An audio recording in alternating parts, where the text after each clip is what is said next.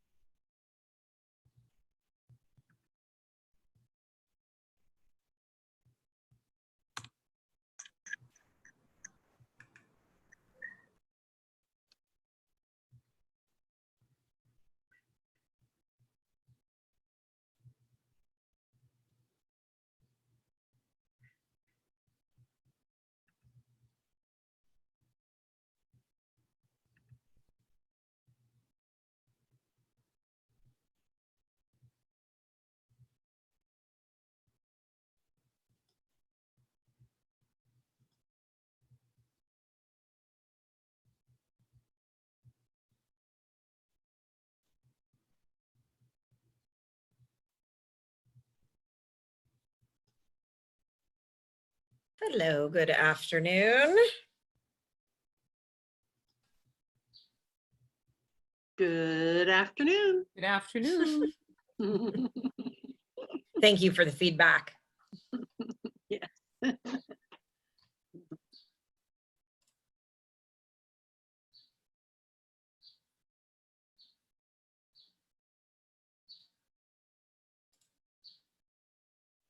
So yeah, Latasha, I was just thinking, you said you sent that email to everybody who registered.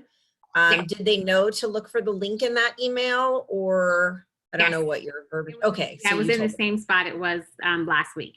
So, Got it. Okay, and I just cool. attached it to the chat as well. Perfect. Thank you. Anything else you need from me before I sign off? I don't think so. That was it. Okay. Cheryl, text me if you need anything. Have a great class. Thanks so much. Thanks, Latasha. Will do.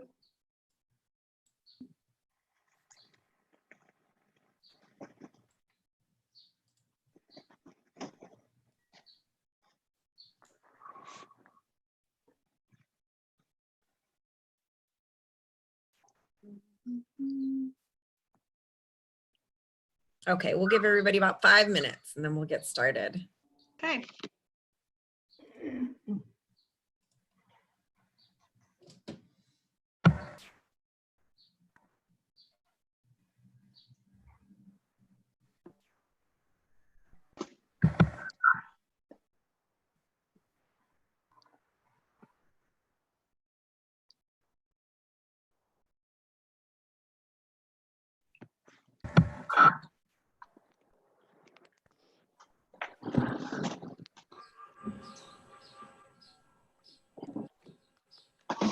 Hi, Karen. Hello. I'll mute myself now. Okay. Let's go get over here.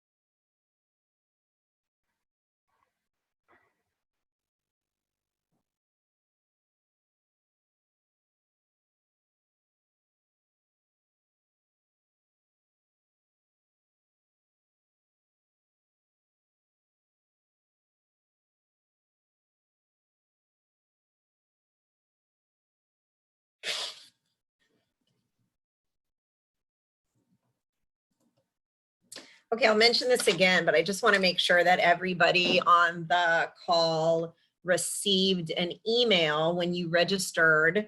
And in the email, there was a link to the manual, the shift tactic expense management. So I just want to make sure you guys have that and have access to that, because we're actually going to be going through that together today.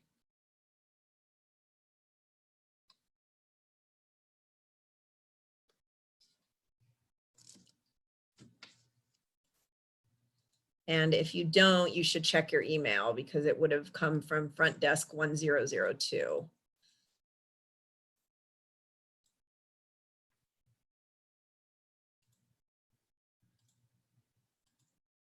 I think I joined later, so I don't see it, but As long as you, when you RSVP'd, you should have received it. If not, I can upload it here. The only challenge is, I know when people come on later, for some reason, they're not able to see the files, but I'm just going to upload it here just for in case some people.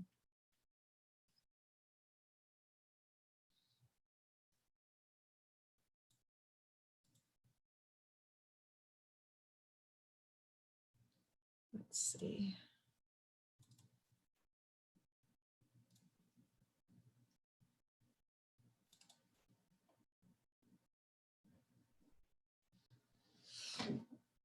Okay, so can everybody see that PDF I just uploaded?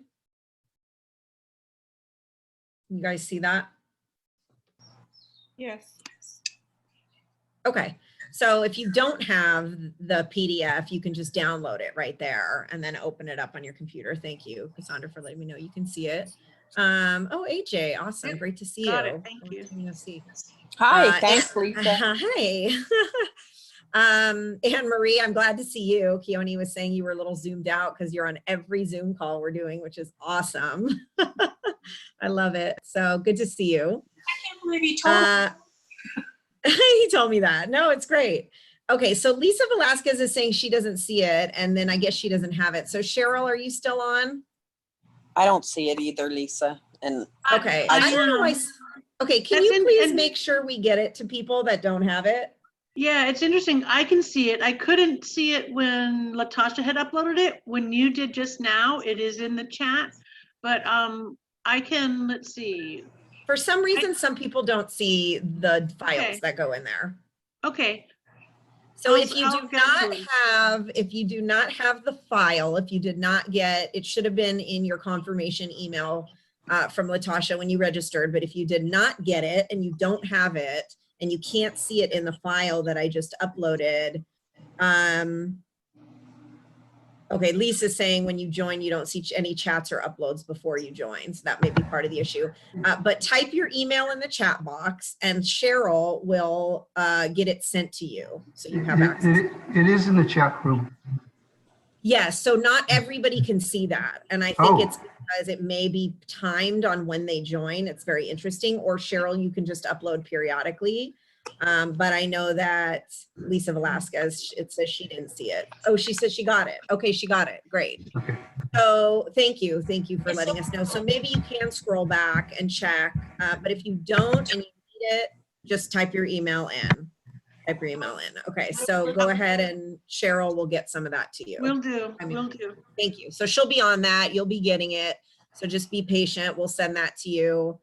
What are we looking So Shift you tab? are looking for the shift tactic to manual Okay, thank expense you. management because we're going to be following along with that. So what I'm going to do today, last time I was kind of toggling back and forth, and I know, you know, looking at the PowerPoint and the manual and notes. So what I'm doing today is I just printed out the manual that you guys have, and I'm going to go through it with you while we're going through the PowerPoint, and then I'll just give you my notes as we go. But this way you can just see the PowerPoint. I will have to go back and forth to the chat box because that is, I'm not able to see the chat when the PowerPoint is in full presentation mode. So what I'm going to do is I'm going to share my screen again, and I'm going to minimize you guys a little bit, and then you're going to let me know if you can see the PowerPoint okay once I get it up here.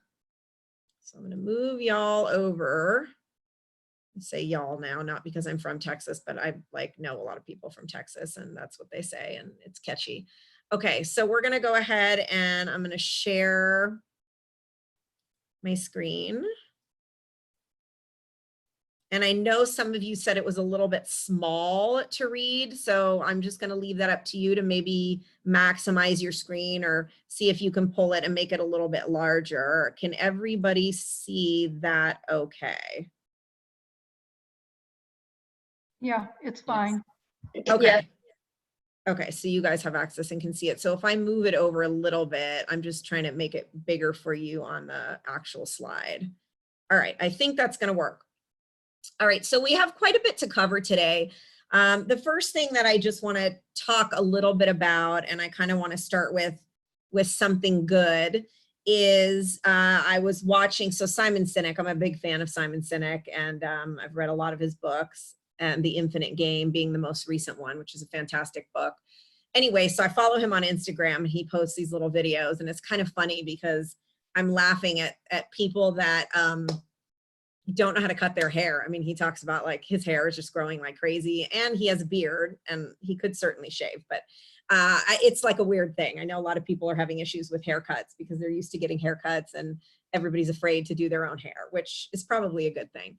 So one of the things he was talking about today is he was talking about optimism versus positivity, you know, versus being naive, and was saying that it's really, really important that we are optimistic at this point, right? Because our attitude determines everything. We talked about mindset a lot last week in the shift tactic that we were doing.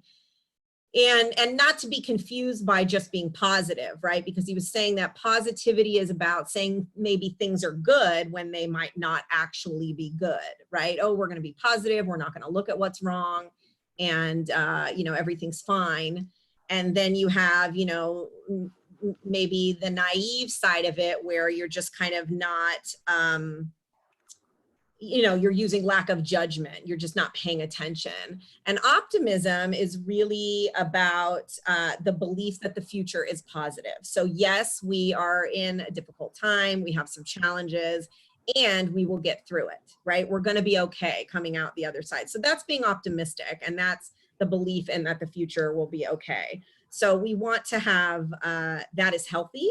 And I think that's something that's important for us to spread and remember and be encouraging to others that we work with and we talk to on a regular basis. That goes with your clients, that goes with other agents that you're working with, people in your office, your families. So just keep that in mind. So that said, before we get started, I would like to hear from two people, something good. So we often do this in meetings and say, tell me something good, meaning something good that has happened to you in your life. It can be business related, it can be personal. Let's just start with tell me something good. Then we'll move on to expenses. Hi, it's Anthony. Probably one of the things that I've actually found a benefit to all of this that we're going through is I am connecting more with people I haven't talked to in a long, long time. So, started off with maybe a text or whatever, but then we all decided, friends of mine, I was in the hotel business for most of my life. So I traveled all over the world. I've lived everywhere, and it seems, and so my friends are scattered all over the globe, and it's good and bad in a way. But we're finding we're all in exactly the same situation, and it's a little comforting to know that there's people out there to kind of get what you're dealing with.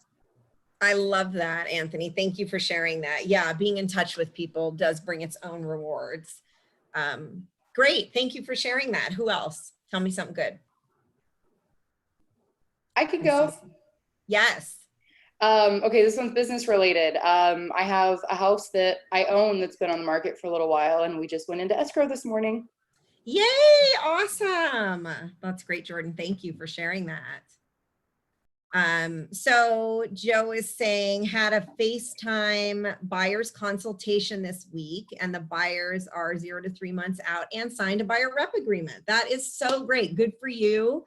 Having those consultations via Zoom is very, it's interesting. And some of you have done that already with people that you're used to working with from the mainland. That is a great success story. I appreciate you sharing that. Awesome. Thank you. Hey, Okay. Lisa. Yes. It's Lisa. This is kind of an unusual one. Hi. I mean, I get to spend time with my family, which I think everybody's talking about. That's great. But unfortunately, one of my good friends on the mainland was one of the ones laid off in the last Compass layoffs. Mm-hmm. But I was able to introduce him and connect with, he already knew the team leader there in Northern California. But yesterday, as a group of the OP, the team leader and I, we were on a Zoom call with him, and they made him an offer to be assistant team leader of a great office in California. So it was really a blessing to have that opportunity to help him out. Wonderful. That is so great. Thank you. And speaking of, people that might have financial issues in terms of employment, there are a lot of great resources we've been sharing, and you can check out the Realtors Association of Maui website, has a page, and probably your board on Oahu and your board on the Big Island has a page that talks about the relief, the financial relief, where with independent contractors based on what NAR was lobbying for. So take a look at what is available if that is something that you need. And with that, let's move into expense management and remargining your business. So they're all really great tactics. And I think that number 1 and number 2 are 2 of the most critical tactics that we have. And it's because mindset is critically important, which we talked about last time. And then, we tied that into market. And also expense management, because if you are not strong in expense management, you are going to run into some challenges as you go through changes and shifts in your business and your income. So take your booklet out, and we're going to kind of start together. And if you look at the bottom of the slide, I muted everybody, by the way, but you can always unmute in the lower left. You can use the chat box, or you can use the space bar to unmute. But if you look at the bottom of the slide, it'll show you what slide it is. And then it's also going to show you what page in your booklet it corresponds to. So for example, if I go to slide 2, it'll show you course page 5, okay, in your booklet here. And I'm going to find a better way. What booklet are you talking about? So this is the shift tactic 2 expense management that you guys, if you RSVP'd, you would have received it via email. If you did not receive it via email, you can either look at the chat box at the very top and see if you see the file there. And if not, put your email in and Cheryl will make sure that you get it. Thank you. Okay, you're welcome. So we're on course page 5, which is the table of contents in your booklet, and it basically gives you these topics amongst some other things. So we're going to talk about perspective on expense management, measure your market, size your business, cut the fat, make the most of what you have, the bottom line, and your action plan moving forward. So let's first start with your perspective on expense management. So when we talk about your margin, we're talking about basically what you're left with in terms of your profit. So if you're just looking at your margin in your business, I'm going to talk about the formula for that later, but basically your margin is how much profit are you left with? You know, what are you able to keep? So when the market shifts, your margin becomes your biggest issue, and protecting your margin equals saving your business, because what can happen is if you don't manage your expenses and your income goes down, what happens? I mean, what happens to your margin? If you're not managing your expenses or cutting your expenses along with what's happening with your income, what's going to happen? That's not a rhetorical question. What's going to happen? I mean, I know it seems obvious, but I want you guys to tell me. Your margin disappears.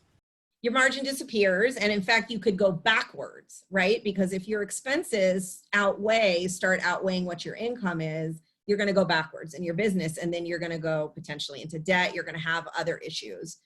Just looking at your chat box. Okay. So we want to cut back on expenses. That's the first thing we're going to look at. And Gary Keller says, unless it's nailed down, it goes. Now, of course, you know, we're not taking that literally to throw out like furniture, although you could help provide somebody else with furniture or maybe sell something to somebody right now without seeing them in person. But unless it's nailed down, it goes. So what does that mean? We'll talk more about that. Who will be affected? Okay, so we're on page, okay, so before we get to that, I'm also gonna look at my notes here. I wanna read to you something on page 8. So just go to your booklet on page 8 and look at the bottom where it says, it starts with experimentation. I'm gonna read it for those of you who might not have it in front of you. So experimentation and attention to detail are a must. Careful analysis of, and this is Martin Bouma who was talking, his lead generation strategy helped Martin from Ann Arbor, Michigan, cut $1,000 a month from his expenses. He says, I cut back on pay per click. I monitored it very, very carefully, and I noticed that as I decreased it from $2,500 a month to $2,000, I really didn't notice a difference in hits and leads. So I decided to try and drop it from $2,000 to $1,500, didn't notice a difference. However, when he went from $1,500 to $1,000 in his pay-per-click ads, he noticed a huge drop off in the number of leads. So he knew he'd found his mark and he settled on $1,500. And I love that story because what that tells me is, you know, you may have expenses and you don't know where that threshold is. So what he did is he was actually spending $2,500 a month and he was getting X number of leads on pay-per-click. And he didn't know that if he would have been able to spend $1,500, $1,000 left, he'd have the same business and the same lead. So you guys may be doing certain things that you're not paying attention to, what your return on investment is, or are there things that you're paying for that you can start to experiment with to track your return and see if you can minimize your expenses that way. Does anybody else have an example of something that they've done like this, where they've analyzed something that they're spending their money on and then they were able to minimize that expense? We're going to do more of that later, but I'm just curious if you guys have an example of what he's talking about. I thought that was a great example. I use that in a lot of my coaching. Okay, I'm going to look at the chat box real quick here. So, okay, we're just looking at emailing the packet. Okay, so who will be affected? Can I really thrive in a down market? No and yes, it says on the slide. In the short term, everyone in an affected market will feel the downturn equally in the short term. But by cutting expenses fast, anyone can thrive in the long term because we're really doing this. We talked about it last week, right? This is the long game we're in this business for, and where we're really going to see that benefit of the changes that we make today, maybe a little bit down the line. Okay, so short term versus long term. Get your money in shape. Okay, phenomenal opportunities exist, but you need to be fighting fit if you want to take advantage of them. And we'll talk about the steps. One is measure your market, which we talked a lot about your market last week, sizing your business, cutting the fat, and making the most of what you have. And again, in the short term, it says on your booklet on the bottom of page 9, everyone in affected market will feel the downturn equally, just what it said. The danger lies in falling asleep at the wheel and allowing your expenses to stay high. Again, that's where your margin's really going to suffer, because if you just continue business as usual on the expense side, that is falling asleep at the wheel, and you're going to run into some problems when you have if you have a decrease in your income. So I'm going to skip page. So I just added, this time I gave you the entire book instead of just pages to it because there's so much critical information in it. So you are going to have pages that we don't necessarily need to go through, and I'm going to skip over. So I'll let you know. So your page 11, we're just going to skip over. That just talks about how you participate in this training class. And I expect that all of you will show up and participate and pay attention. John says, isn't it true that although you want to cut expenses overall, you may want to invest into technology that lends itself toward the current shift in practices? Zoom, GoToWebinar, Duo, needless to say, reducing time spent, going now to coffee shops, going to coffee shops may be a good idea.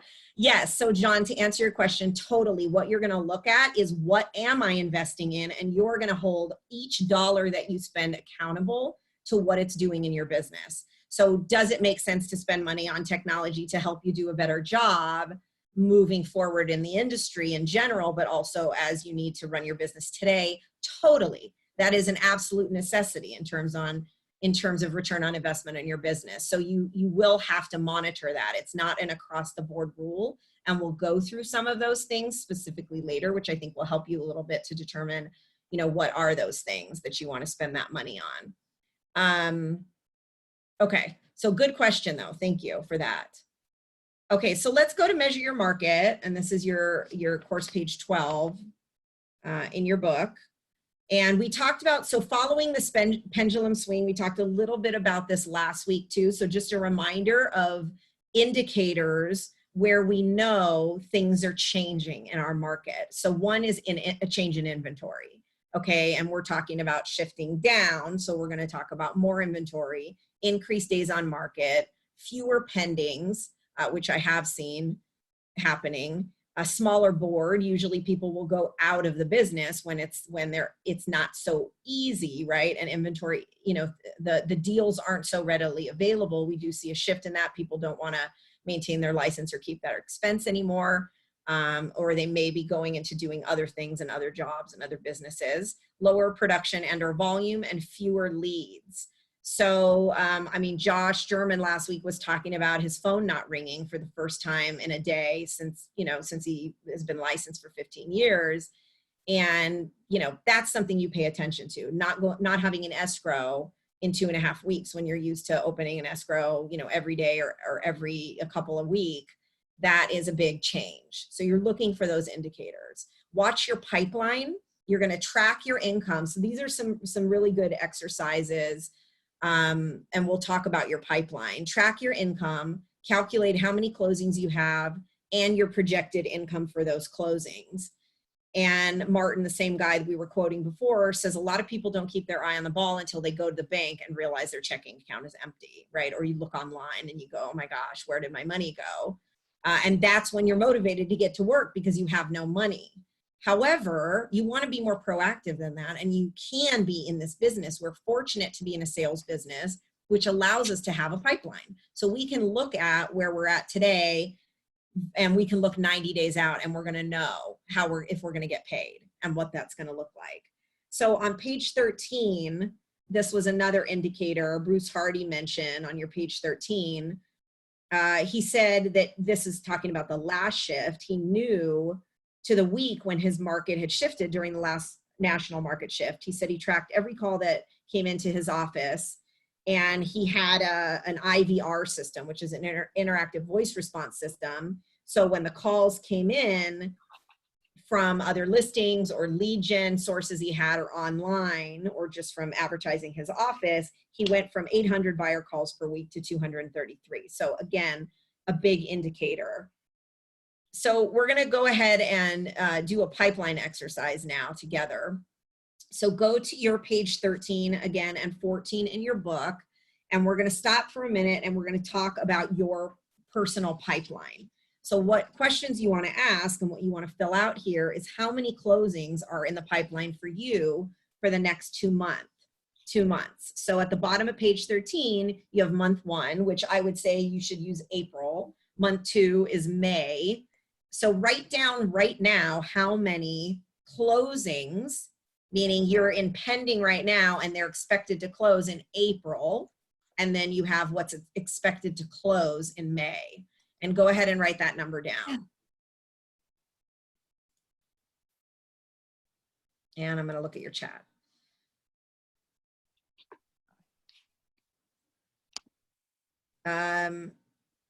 So Kristen's saying, Mayor Derek Kawakami said in our local Garden Island newspaper that the county of Kauai should expect a 20% decrease in market value in the year 2020. Unfortunate that our mayor is already putting this into potential buyers' heads. Yeah, I mean, you have to be careful, right, Kristen? We talked last week about being the media. So it's good that you're aware of that and that that has come out locally for you, because now you have the opportunity to speak to it and have that conversation with your potential clients. So that's a good example of some of the things that we're seeing, and also how you can be the media. And that may or may not be the case, although, you know, it's something that somebody is projecting. All right, so you guys have got your closings for month 1 and month 2. So at the bottom of that, you're gonna put your total number of closed transactions. So I'll give you an example, right? If I say month 1 is April and I'm gonna have 2 closings in month 1, and I'm gonna have 2 closings in May and month 2, my total number of closed transactions for that 60-day period is gonna be 4, right? Okay, so then the next page says, what is your projected income from your closed transactions? So you may have whatever your, say, average closing looks like. And if you know exactly what's in your pipeline, which you should, you're going to be able to estimate what that commission check is going to look like. So what I would say to you is put whatever that number is for April in month 1, and then, you know, for May in month 2. So if that is, so say you're closing, I gave you the example of, say my average commission is $20,000 per closing. So in month 1, I'm going to expect $40,000 if I have 2 closings. And month 2, I'm going to expect $40,000. So then that's $80,000 for my projected income from closed transactions over the next 60 days. Okay, so put that on there. And then what you're going to do on right under that is you're going to look at your average monthly income based on your 60-day projection. Okay, so you're going to take the number of closings, the closed transactions, so say it was 4, whatever your number is, they'll put your number down, and then you're going to divide that by the 2 months. So if you had 4 transactions closing in the next 60 days, you're going to divide that by 2, which means your average monthly income, right, because it's each month, is going to be 2. Okay, and so if I'm getting $20,000 per closing and my average monthly income is 2 closings, that's $40,000. So I want you guys to write your own numbers in here. Now, some of you may ask questions or kind of get caught up on gross commission income versus, you know, taxes. Don't get caught up in that right now. That is a whole nother conversation. Just stick with gross numbers right now, and we'll talk more about some of that later. Okay, everybody got theirs? Does anybody want to share what they've got going on? Or an example, their own example? Hello, can you hear me? Hello, yes. I have one scheduled to close in May. Okay. So then that gives me, and that would probably be around 10,000. So Okay. I guess I'm at 0.5 a month and 5,000 a month. Okay, and then nothing in the pipeline right now for May, correct? No, that's for May, but nothing Oh, that for is May. April or Nothing June. for April. Yeah. Got it. Okay, so over your next 60 days, so really that one thing is in the pipeline. So that gives you some idea. Great. Thank you for that.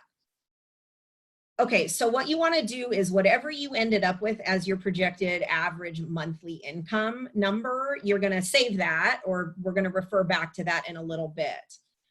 Another thing that I want to do before we move on is I want to share with you a really cool tool. And let me just look at the chat box. So Anne-Marie's asking, for those of us who are just coming into the market, so meaning you might be a newly licensed salesperson, should you be putting your wish list numbers? You know, that's a really good question. And I'm going to say for right now, this particular exercise, it's going to be your actual numbers. Now, when we're talking about goal setting and annual projections, there's more flexibility in terms of what your goals are, because then you're going to work backwards. But in reality, what do you have in the pipeline right now? That's kind of what I want you to look at. So if you're new or you just got licensed and you don't have anything in the pipeline right now, obviously that's going to be a 0. And I suppose what you could do if you want, Anne-Marie, is put what your goal would be. Then that'll give you some idea of what your income would be and what you want your expenses to be based off of. Just know that those are projections.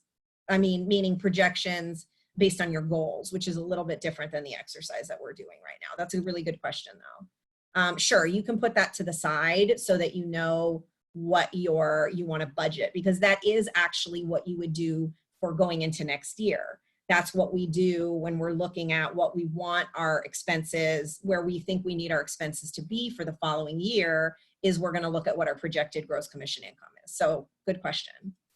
Okay, so there's a tool that I want to share with you that I created for a training class that I did a little while ago called, I think it was called like what was the boot camp class called? Karen, you were in it. It was like how to earn $100,000, something like that, boot camp, 6-figure boot camp. That's what it was called. And so I'm going to stop share because I'm going to share a new thing with you real quick. And I want you to take a look at this. And I can send this to you guys if you want. So can you see this closing management pipeline? Can you guys see this? Okay. Yeah. So this is a tool that I kind of customized from one that we use, meaning me as an office. So as an office, we look at our pipeline based on what's closing and coming in, and we use that for cash flow purposes on a brokerage level. So what I did is I created kind of an agent version of a closing management pipeline for your closings. So what you want to do is take something like this, and I can send this to you, but you can create your own, and I'm just going to explain it to you. And this is incredibly helpful for realtors who are not used to projecting out their income and have challenges with cash flow. What a lot of realtors tend to do, and some of you may know what I'm talking about, is you may get a commission check and now you have money. So now you go and you pay all your bills, and then you have excess money and you might go buy something, right? And then you might have a month where you have no income, or 2 months where you have no closings, and now you're really stuck, and you get this kind of like up and down stressful way of not effectively managing your money. So what you can do here is look at the whole calendar year, and obviously we're in April now. So what I would do is just kind of start filling in these pukas for April and beyond of what is in your pipeline. Now you're going to have stuff that's actually in escrow, and that's the stuff that's going to be what we're talking about today, which is what's in for April, what's in for May. You may or may not have something in for June. Those of you that have projects may have stuff out months.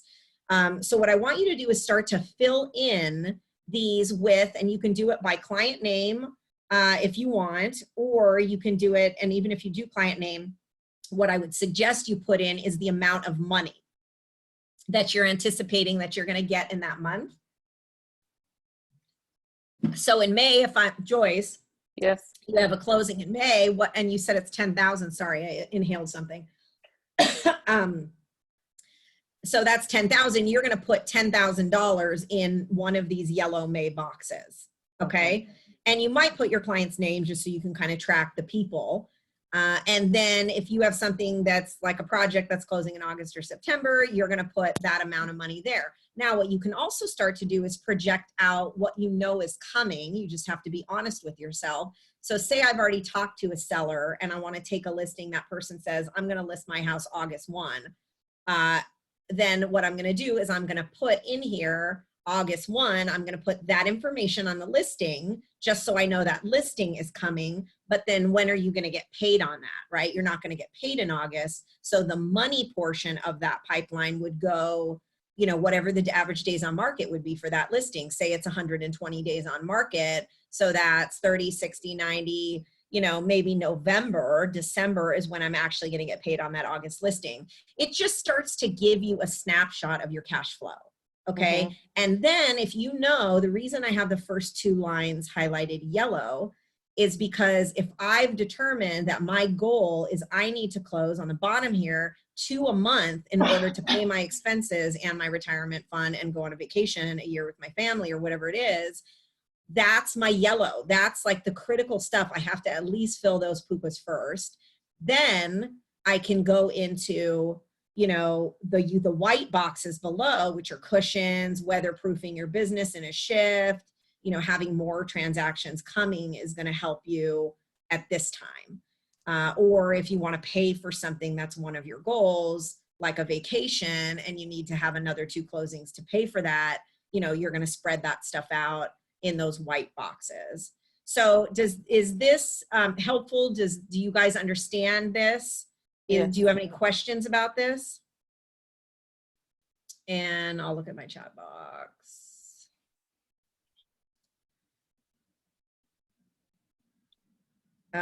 Okay, so this might have been one of our largest issues is that many attorneys are advising their clients, I'm just reading John's thing, that their current purchase contracts can be voided under act of God provisions. So what I'm doing is dividing my total expected sales by 2 as the party is not over until the transaction actually closes. It seems that if we count on only 50% of what we have in our pipeline and budget accordingly, then anything more is plain gravy to the reserve bowl. I hope we're closer to 80 of our total close. That is such a great tip, John, and I agree with you. I think that a lot of challenges are presenting themselves right now, and we are finding, I can tell you that the stats that I got the other day right now on how many more are falling out of escrow than average nationally. So right now, well, as of 2 days ago, we were at a 12% increased fallout nationally than what we usually have. So if, and then you have your own conversions, right? So John, if you're saying you usually close 80% of what goes into escrow for you as an agent, and those are good numbers to track, and you know that nationally there's a 12% hit going on, yeah, I would say you're going to minimize that at least by 12%, which takes you to what, like 68%. And to be safe, yeah, half of the deals, I mean, we know that the pool of transactions that we see coming in the future, we are looking at potentially up to a 40% fallout, or 40% that actually will never go into escrow that otherwise would. Buyers that aren't going to buy are going to hold off, sellers that are going to hold off. So I think that's smart. I think that's a great idea. Be safe, go conservative. Yeah, absolutely. Okay, so I'm going to stop sharing this screen and I'm going to go back to the PowerPoint. I just wanted to share that tool with you, and I'm happy to email that to you guys after today's session. Thank you. So you have it. And actually I have it in an editable format somewhere, so I'll find that as well, because that was a PDF version, so I could share it with you. All right, we're back to the PowerPoint. So any other discoveries you guys want to share or ahas from that first exercise? Takeaways? How much money I don't have. Okay. Yeah, that's a good one. That's usually, I mean, I won't say that's usually what happens, but that's common, right? You start to really, when you look and you pay attention, the good news is what you focus on expands, right? So if you are paying attention to it, you're much more likely to have more stuff come up because you're paying attention to it and not just turning your head and putting it in the sand. Okay, so let's move on. So size your business. It's time to take a cold, hard look at your financial situation. Once you have a clear picture of that situation, it'll be easier to see what adjustments should be made, kind of what we just said. And you're going to start by looking at two broad categories, which are your personal expenses and your business expenses. And for the sake of today, we are going to combine them ultimately. However, what I would encourage you to do is separate them out as well and do a budget sheet for both of them, because ultimately you don't want to have your personal expenses built into your P&L on your business. Today, though, we're going to do a very broad stroke, and then you guys are going to go deeper into that. We're actually going to go a little bit deep depending on what numbers you have readily available for you. Okay, so next is your lifestyle may need some adjustments. Okay, this is not the time for extensive vacations, redecorating your home. Well, maybe you are. I mean, if you have stuff already there and you're, you know, oh, I know a lot of people are doing home improvement things right now. Not, you know, you probably don't want to go buy a new car right now.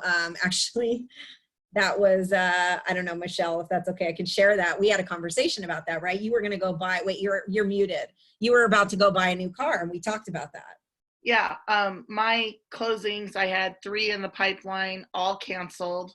2 were commercial deals. I'm at 0 for May and 0 for April, so 0 average income.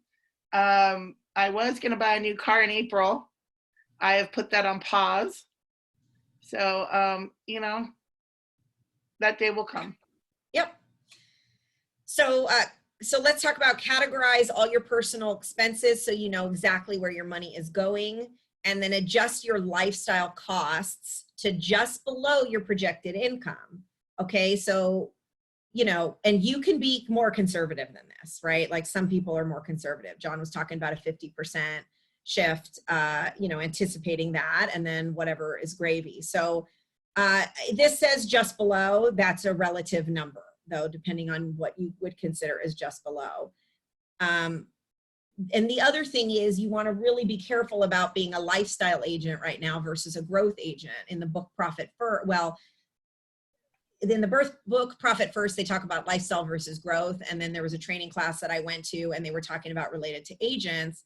And a lifestyle agent is somebody who, and at times, you know, some people do this, I get it. You know, you get a commission check and you spend it on something, and you use it to really maintain a lifestyle that you may want to rethink at this time, as opposed to being a growth-based agent where you're taking the money that you're earning and you're investing it back into your business in various ways, and or yourself in education and training, so that you can actually grow your business, and you're taking that money and you're choosing where to spend it, because every dollar you spend, you're making a choice about. So it's really an opportunity for you to really take a look at that. So let's go to page 16 together.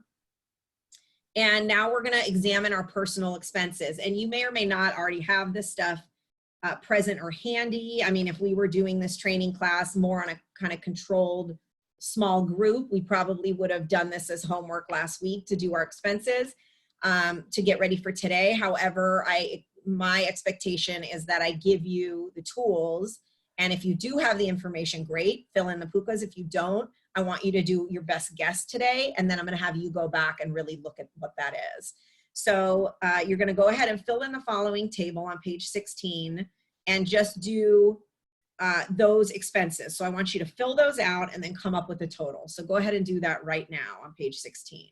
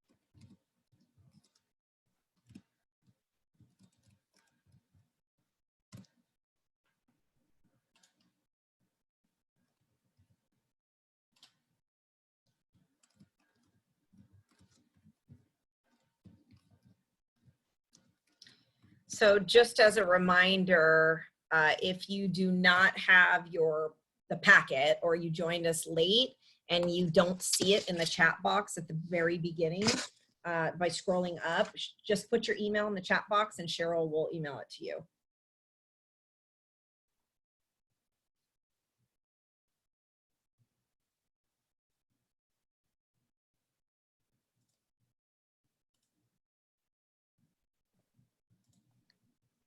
I'm kind of looking at your heads to see how close you guys are, who's still working.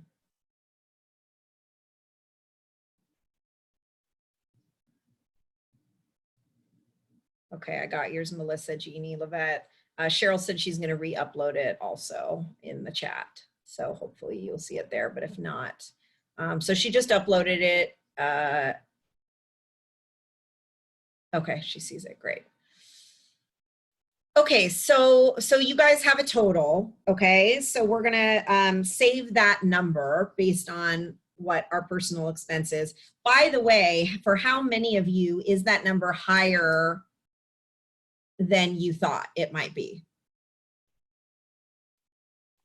Is anybody having that experience yet that they're going, oh, that's higher than I thought? Or lower? Yes. Okay, so some people higher. Okay, so we're going to come back to that number in a little bit. Okay, so just keep a note of that. That's page 16. Okay, and then when we talk about your business, so that was personal expenses, and now we're going to talk a little bit about your business. So you want to follow a budget for your business.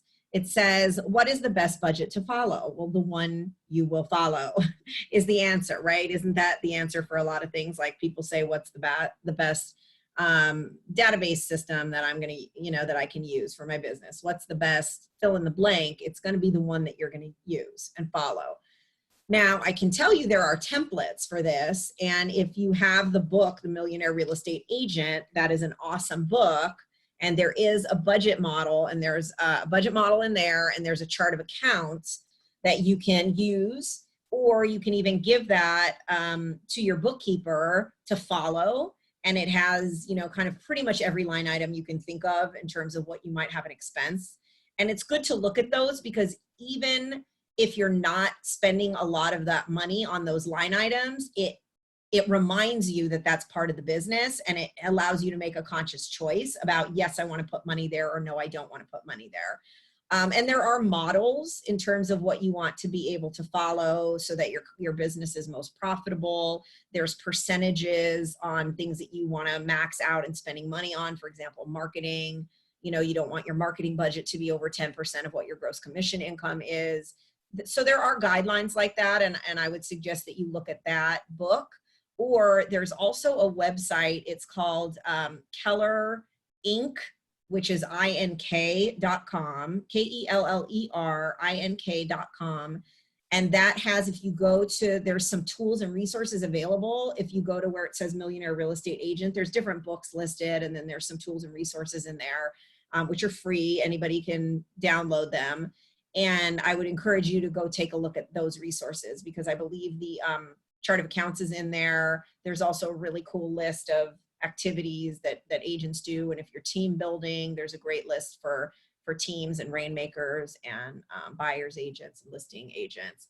So take a look at that. And then the other thing is make sure that you have a profit and loss statement for your business if you don't already have one. And that doesn't have to, it's great if it can follow the model, although if just right now, if you're not even pulling it or looking at it on a monthly basis, that's your first step, is to make sure that you have a profit and loss statement that you are inspecting every month, at least once a month, that you're really taking a look at.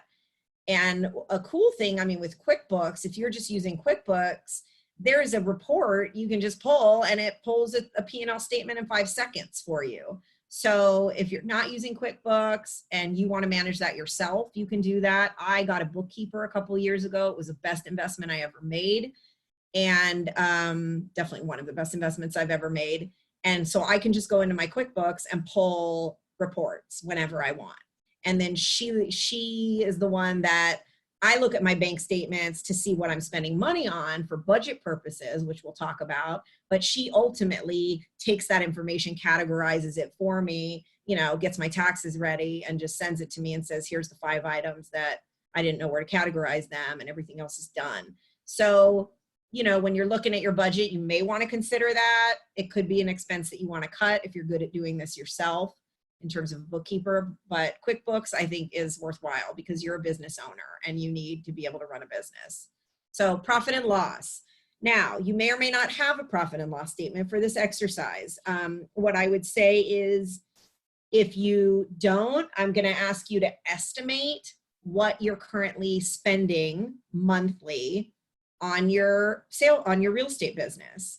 So, and those of you, if you own a brokerage, you're going to have a different, it's going to be a little bit different than like a sales agent or, you know, a selling broker. So, I mean, for most of you, just look at what you're spending on your own. What are your own expenses for your business every month? Okay. And write that number down because we're going to use it on the next page. So when you go to page 18, we're going to find your margin. So you're going to need to know your business expenses, or at least have a good guess of what your business expenses are right now. So John, John, Keller Inc. Hang on, I'll type it in for you. It's Keller, KELLERINK.com. There you go. Okay, so what you want to do for homework is your P&L and complete a full P&L if you don't have one. But for now, just look at what your business expenses are. So, you know, what are you spending on marketing, prospecting, marketing? We're not going to talk about, I mean, cost of sales, meaning when you have a closing, that's not what I'm talking about right now. It's really just your expenses. So what are you spending on your business every month, or what you would categorize as a business expense? Okay. So then we're going to go to page 18 and we're going to fill in the table. So you're going to put your personal expenses on the top, what you came up with on that last exercise that we did, right? On page, I think it was 16. And then your business expenses, and then your combined total. Okay, so say my personal expenses are $7,300 a month and my business expenses are $10,000 a month. I'm going to add those together, and I'm going to say that my monthly expenses are $17,300 a month. Then on the next box, you're going to go back to, it says page 10, but it's actually page 14, I think. And you're going to fill in that projected monthly, average monthly income that you wrote down in that box on the bottom of page 14 or in the middle of page 14. And you're going to put that in the box where it says projected average monthly income. Now, I'm sure you can guess what's next. We're going to see how we ended up there. Okay, so then on page 19, I'm just going to continue on, and then I'll give you a little time to complete this. You're going to subtract your personal and business expenses from your projected income. Okay, so you're going to take the income that you wrote down, your projected monthly income, your personal and business expenses, so you're going to deduct that, and then you're going to come up with what we're calling, for the purposes of this exercise, your margin.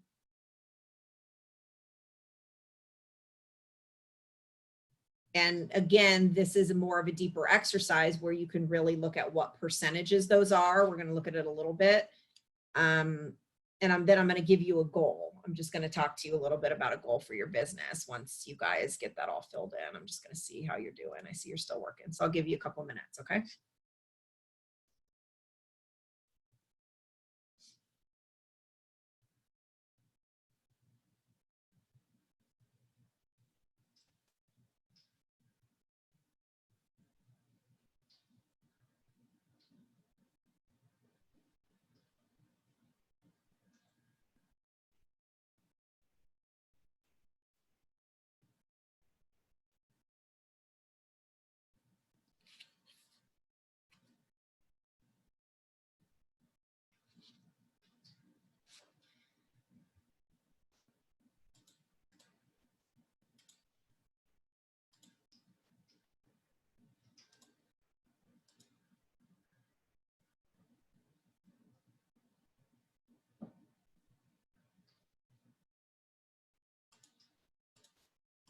So you guys can see where, I mean, you're probably, some of you, I'm guessing, are kind of getting, I don't know if excited is the right word, but about the opportunity to go in and really look at your business expenses.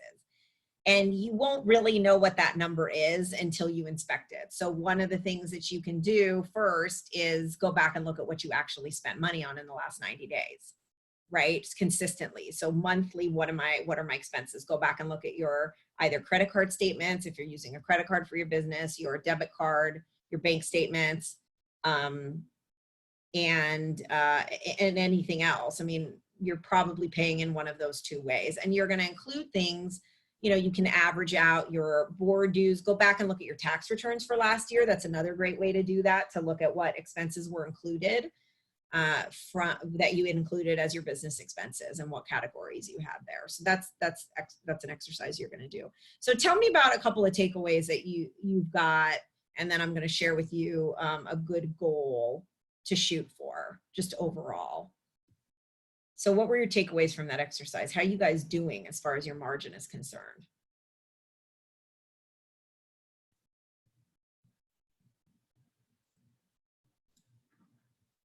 Big takeaway for me is that we don't spend a lot of money when we're sitting at home. Yes. Hi, Catherine. Yeah, you spend less money when you're at home. That is so true. Yeah, I agree. You're not going to Starbucks. You're not eating out, right, as much, probably. And that's a great observation. Thank you for that. What else? Let's see.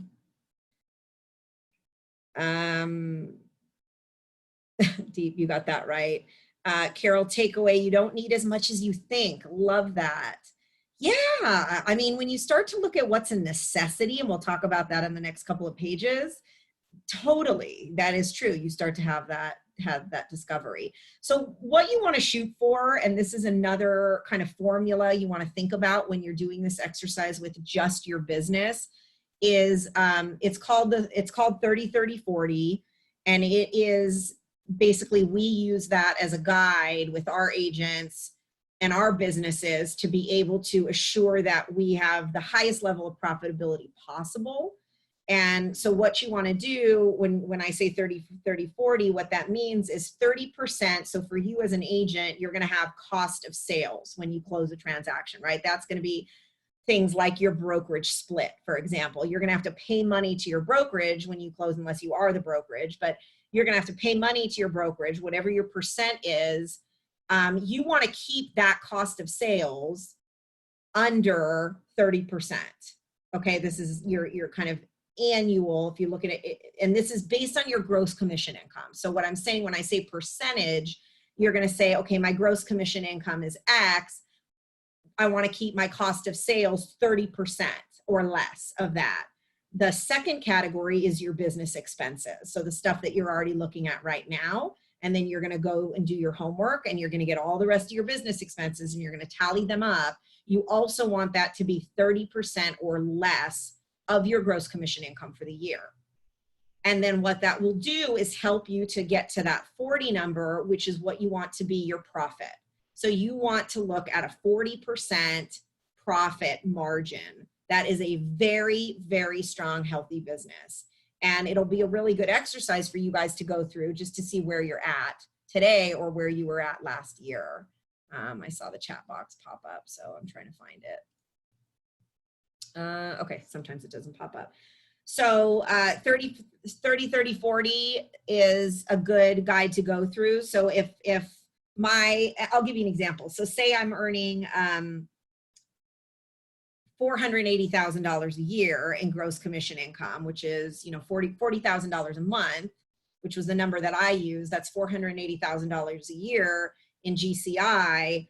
And I take 30% of that number, that's $144,000. So that's 30%. So I want cost of sale to be $144,000 or less. And by the way, it really should be less than that. That should be a smaller number. And then your expenses should be no more than $144,000 if your gross commission income is $480,000. It sounds like a lot, but when you're running a business at that level, those expenses can add up, especially if you're spending money on specific lead generation strategies can be very expensive. Anything that's marketing based typically is going to be more expensive than like prospecting based, right? So if I'm going to do ads of any kind, that's going to cost money, whether it's online ads, pay-per-click, whether it's print ads, radio ads, those things add up really, really fast. And then that would leave me with a profit margin of about 192,000 or close to 200,000. Okay, that's a healthy business. Now, well, like to John's point about being conservative right now, you may want to shift those numbers. I would say if you can keep those 30% down and you can get those to say 20%. Now keep in mind your marketing expense under your expenses is probably going to be about 10%. So say your other 20% is lower, and I'll give you some tips on how to do that. That's helpful. Okay, let's look at the chat box and then we'll move on. Nails and hair. Yes, Cheryl. That might not be that important. We're going to see a lot of really interesting hairdos. I was joking that if I couldn't get my hair color, I might have to go back to my natural color. And it's been many, many years. I don't know if you want to see that. Okay. Carol Ann says wants and needs. Yeah, wants versus needs. Been working on that this week. Kristen says, unfortunately, we can't get our nails or hair done even if we wanted to. Yeah, you can go to the drugstore and pick up color because the drugstore is an essential trip. Got to do it ourselves. I'll wear a hat. Funny. Beth says, I recently went through my bank statement and found a few automatic deductions for a CRM, apps, and a website I'm not using anymore. I love that. So yes, you start to discover those things when you really look at your expenses and you go, what is this auto pay for? And when was the last time I actually touched that? So I love that. Hair must, no nails. Okay, it's really up to you, right? These are your own calls. Alina says, I have a question about separating earnings into business account and personal account. What percentages? And from total or total from the 40%. So separating earnings into business and personal. I think maybe you're talking about, Alina, separating, having different bank accounts and how you track that.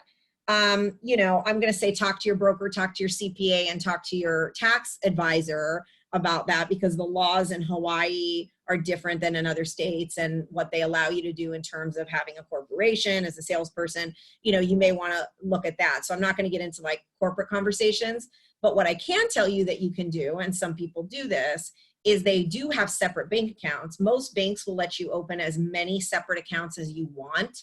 And they can be under your name, and then you just categorize them however you want to. So for example, if you have read The Richest Man in Babylon, that book will tell you that you want to take 10% out of every income or check that you get, and anytime you earn money, you want to take 10% of that earning and immediately pay yourself, meaning into, say, a retirement account, meaning pay yourself, put it away, save it. So if you want to do that, you can certainly open a bank account for that so that when you get your money, it goes into there. There could be other strategies you can use as far as taxes. If you have a SEP account and you want to pay into that, I mean, everything probably needs to be funneled into your, because you get paid checks in your license name, you might have to figure out how you're going to do that, deposit it, and then you can disperse it in other places. So I don't know if that answers your question about separate accounts. You definitely want to avoid, ideally, commingling your funds with your personal and your business. It's best to have a business account that you use at your bank for your real estate business and a personal account. It also just makes doing your taxes so much easier, and your bookkeeper will thank you. And Carol Ann's saying, get a bookkeeper. I don't know if I understand the rest of the question about the total from the 40%. So you can certainly talk to us, Alina, if you want, and ask it, or maybe type in the question about that total from the 40%. Maybe you're asking, can you hear me? Of that 40%. Yes. Okay, I unmuted myself. Yeah, because you were saying that the profit is 40%. So for a successful business, you'd want it to have a 40% profit. So Yes. I guess that's the 40%, then that would be your income, since the rest of it is spent on cost of sales and business expenses. Correct. That would Okay. be, yes, that would be your profit, which then you can do whatever you choose to do with. And some of that may be reinvesting in your business. Some of that may be for retirement funds. Some of that may be whatever, however you want to use that. But yes, that's correct. You would already have taken out your business expenses. Now, we didn't talk about taxes. You know, that's a separate category, which can go into the business expenses, or you might want to just say, okay, I'm going to take a separate category because I know what my tax bracket is. And obviously you have to pay GE. So you're going to want to pay attention to that as well to also make sure that you maintain as high of a profit as possible. Okay, great. Thank you so much. Okay. Yeah, you're welcome. Thank you.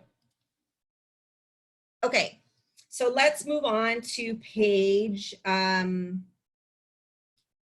20 and talk a little bit about cutting the fat. So the slide we're on says if income is lower than expenses or if the margin is tight. So how many of you have a tight, the margin is really tight, or you're seeing a potential negative cash flow situation going on? Is anybody see that it could go down that path? So if you see that, you have basically two steps that you can take immediately. And one is making cuts in your expenses. Boom, bottom line, fastest thing you can do to avoid that issue.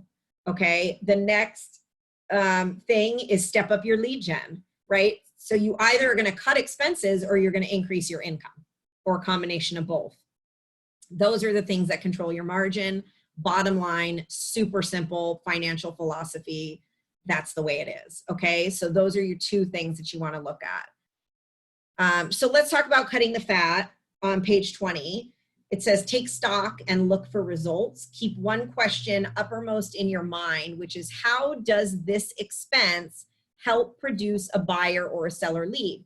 So as you go through your expenses, you're going to look at that question. You're going to say, well, you're going to look at a couple of things. You're going to look at, is this producing more business, a buyer or seller lead? And what you're ultimately looking for is, what's my return on investment on this dollar that I'm spending? Okay, or this $20 or $50 or $5,000. And if the answer is, I don't know, meaning this is not producing another buyer or a seller lead, or worse, it doesn't produce one. Now, when we talk about technology and some of the other stuff, education, training, that's a little bit different in terms of, it does ultimately produce more business for you, but it might not be as obvious, meaning today. Whereas if you're doing pay-per-click ads, you know, like one of the examples in the book, you can see, you can just look, you can say, this is what I'm spending, this is how many leads I'm getting. And if I spend this much more, this is how many leads I'm getting if I spend this much less. So you can really monetize that a little bit easier. But basically you want to look at that and ask that question, and we're probably not doing that, at least not on a monthly basis. And Pam Kiker says, for every dollar we invest, we expect a multiple return. Does anybody know what a healthy goal for return on investment, as far as, you know, business practice? If you're spending $1, what is the multiplier on what you want to get back? 3 to 1. Very good, Nicole. That is exactly right. So you are looking for a 3-time return. Any dollar you spend, you want to hold it accountable to giving you 3 times that back. Okay. Now that doesn't mean, because I've been asked this question, because they're like, well, I do X, Y, or Z for my lead gen, or I do this, and I last year doubled, right? I got a 2-time return, meaning I spent, you know, say they spent $5,000 and then they got $10,000 back, meaning they, you know, they were ahead by $5,000. Is that worth continuing to do? Probably so. I'm not saying don't do that. I'm just saying look for a 3 times return. Because Keone's saying she read the book. Yes, that's in your A Millionaire Real Estate Agent book. So you are going to assess that, right? Now, it also depends on how big that ticket item is, really, because sometimes that may make a huge difference, where you might say, okay, here's my threshold. If I'm spending up to this amount, I'm okay with this kind of a return. And if I'm spending over this amount, you know, I want that return to be higher. So that's going to be up to you, but really 3 times is what you're shooting for. And if you go off of that guideline, you're going to be in great shape. And it really will make you take a look at what you're doing on a daily basis with your expenses. The other thing that I would recommend that you do is create what we call an A, B, and C list. I've told some of you this before. This was a strategy I heard from this great guy, and I think he was a CPA, actually. I think it was Mark Bredeman. And he suggested an A, B, and C list. So what that is you look at your what you're spending money on right now, and this goes for your personal budget as well as your business expenses, and you're going to say, okay, and I like to start with C first and work my way to A. So C expense would be something you can cut immediately today. You don't need it. You didn't know you had it. You know, now you're looking at it and you go, this is not contributing to my business in any way. It's not helping me to do more business. I don't need it. Boom, done. Okay, an A expense is an essential, absolutely necessary to run my business, to do business, to get business, totally produces a return for me. I'm going to keep that. B is kind of in between, could go either way, and you're going to pick a way that you're going to guide it. So you're going to look at your B's in the middle that you're like, I'm not sure, let me come back to that. And then you're going to say, you're really going to look carefully and you're going to make a decision that you're going to either move it to the A category or you're going to move it to the C category and cut it. Okay, so that's a great homework exercise for you. And you want to do that line by line. Okay, this was one of the first exercises that we did in the Shift Pivot Facebook page that I mentioned to you guys last week. Maybe if somebody has that handy, they can type that in the chat box about that pivot page, open to everybody. They did that expense exercise and many people came back saying, I cut, anywhere from, $300 or $500 a month to thousands of dollars a month just by going through that exercise. I know our business, we cut $12,000 a month. My personal, when I first did the pass at it, it was about $900 a month. I cut from my personal budget by doing that exercise. So anybody else want to share that or have questions about that, their own experience with that? I know we had some people share last week too. Or give me a takeaway from what we just did before we move on. Give me an aha or a takeaway from those exercises we just did.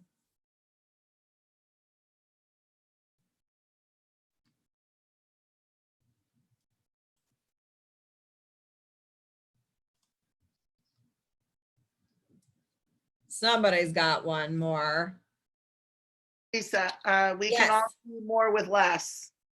We can do more with less. We get very comfortable in our day-to-day lives, and as our lives improve, we layer on lifestyle. And I think for some of the agents I've been talking with in the last few days, they were unaware of how much lifestyle they had layered on. And when you really cut back to the basics, both in your business and personally, it's that pause moment of we live with so much more than we really need. Thank you. That's great.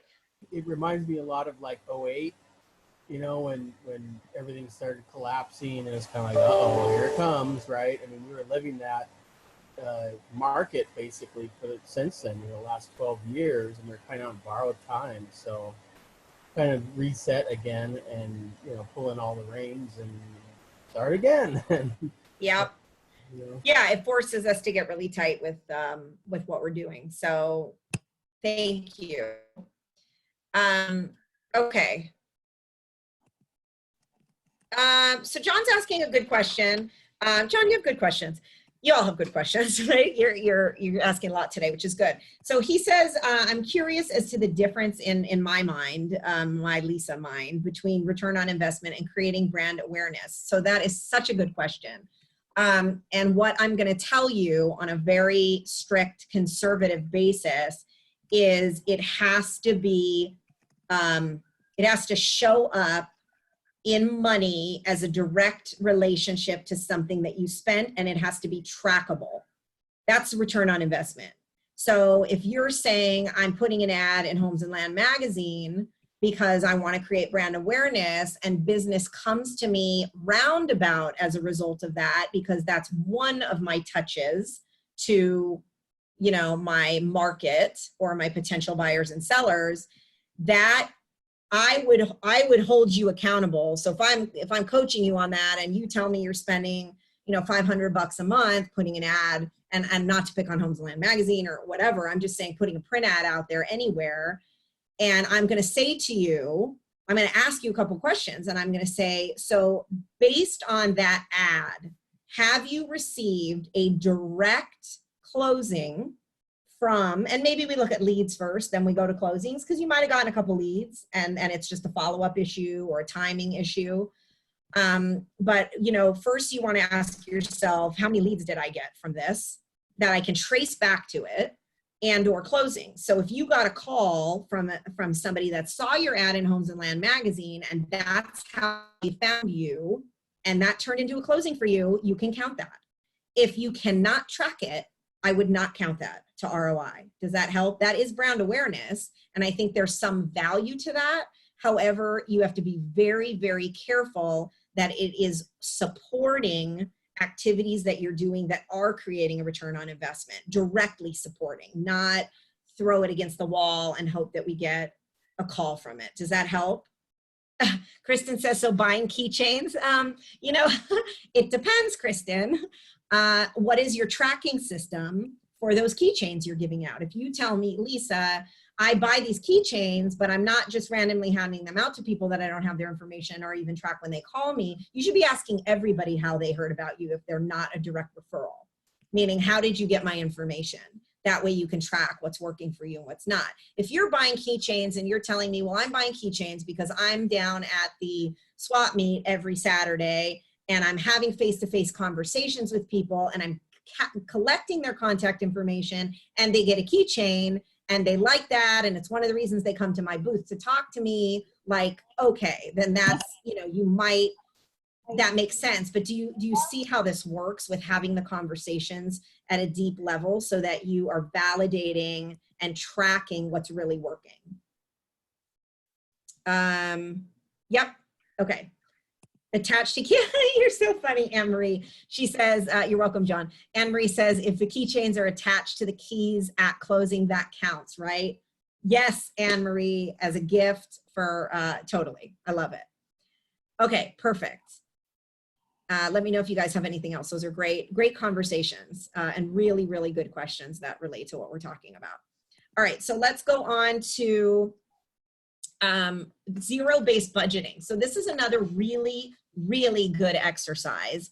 If you get kind of too caught up in the cost cutting and you feel like you're a little bit overwhelmed and you really just need to start over again, and that's what you're feeling as you're going through the exercise, a really great shift to do in an exercise is what we call zero-based budgeting, which is basically you start fresh all over again. You cut every single expense you have back to zero, and you go through line item by line item, and you do a new budget, which is basically an allocated budget or an allotted budget or an approved budget based on where you want to stay. And you could take your gross commission income and say, okay, well, I know my entire budget needs to be under X because that's what I made last year, or that's what I expect to make this year, or maybe I expect to make whatever it is. Say I'm only going to earn $100,000 this year. I'm going to start with zero-based budgeting, and I'm going to know that I need to keep my expenses 30%, right? Under 30% of that. And that's all the money I have to spend. And now I'm going to go through every line item, and I'm going to really pay attention to how much money I'm allocating to each of those things. It's a really cool way to go through this process as well. It is more time consuming, potentially, and you might, some people like to have a template to work with of what they used in the past as a comparison worksheet. So you might want to do that if that's gonna help you, but it's a great exercise. Okay, so let's talk about what we can cut. Let's look at page 21. And these are just some examples. So snail mail, it's talking about going paperless as much as you possibly can. it gives an example of sending a card to everyone in your database, announcing that now you're gonna go all communication virtually. You know, there's some discussion and arguments about snail mail in conjunction with other lead generation activities that may or may not be more effective. So I'm not going to get into more details about those conversations, but I'm just going to give you these examples for now. Okay, these are just examples. It also gives you hidden benefits to that. So you can take a look at that. I'm not going to go through each of these, but I'll talk about an office space would be another one. So if you are renting an office, again, you have to determine if it's worthwhile and if it's producing a return for you. Usually you can figure out a way. Now, some of you may not be able to work from home. Right now, you have no choice, some of you. But say you're usually, you know, if things are normal and you have a private office wherever, in your brokerage office or somewhere else that you use, and that because of that, you're allowed to stay focused. It helps you actually get things done. It's uninterrupted lead gen time. Whereas if you didn't have that office, you might have a hard time completing your lead generation every day. Then it's totally worth having an office, right? So you just have to look at that. Vendor contracts. So look at what you're using for all of your service providers and see if either they can be renegotiated or cut. Okay. Print advertising. We just talked a little bit about print advertising, brand awareness. So may or may not be worth doing. You really have to examine that. Okay, so on page 22, we have another little exercise we're gonna do together. So we're gonna think of 2 areas where you can make cuts today on expenses based on everything we just talked about and some examples. And then you're gonna think of 3 more areas where you can make cuts starting next week. So what can you cut right now that you already know, have already thought of, and went, I don't need to do that anymore. So you're going to write those in 1 and 2, and then what are 3 additional areas you can commit to making cuts. Maybe you have to go look at how much you're spending, or you have to renegotiate. So write those down. And then some of you share those.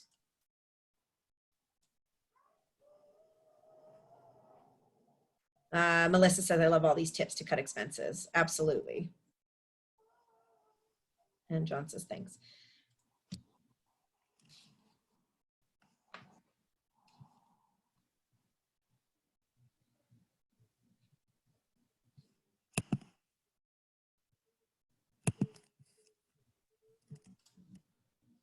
Okay, so give me something you can cut today.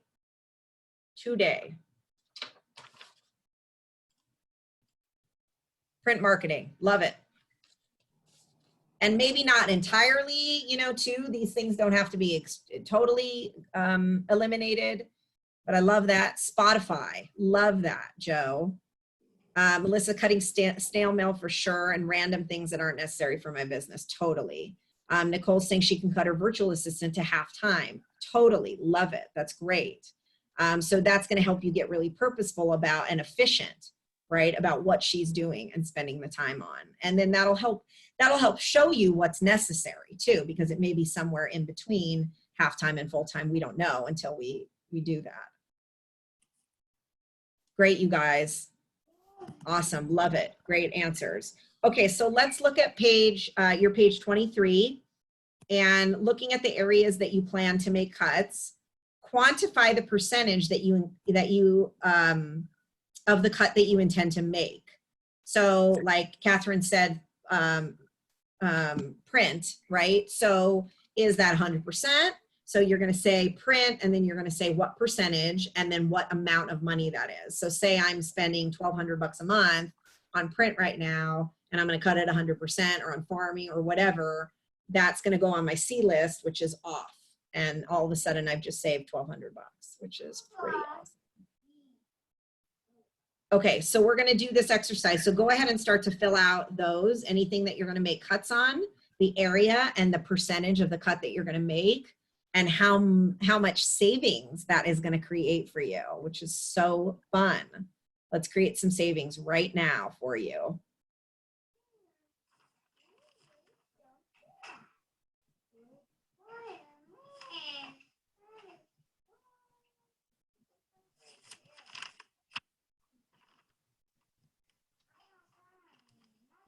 Jasmine says constant contact. Yep.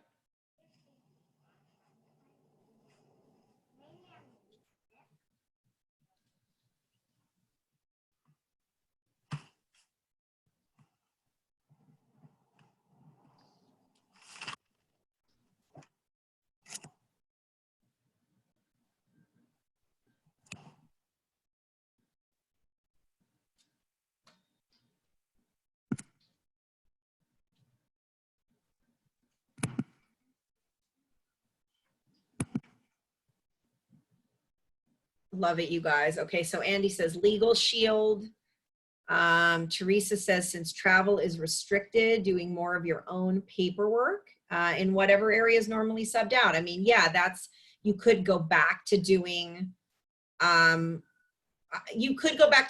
areas like paperwork stuff that's in your 80% as an agent. That is definitely a way to cut expenses.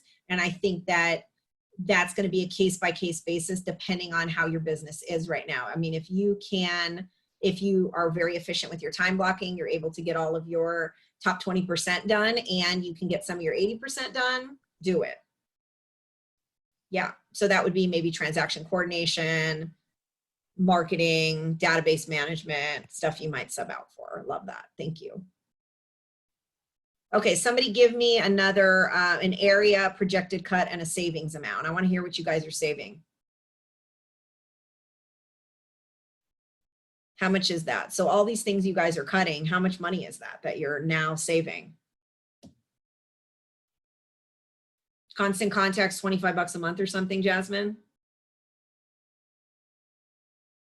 Nicole, your VA to halftime is what?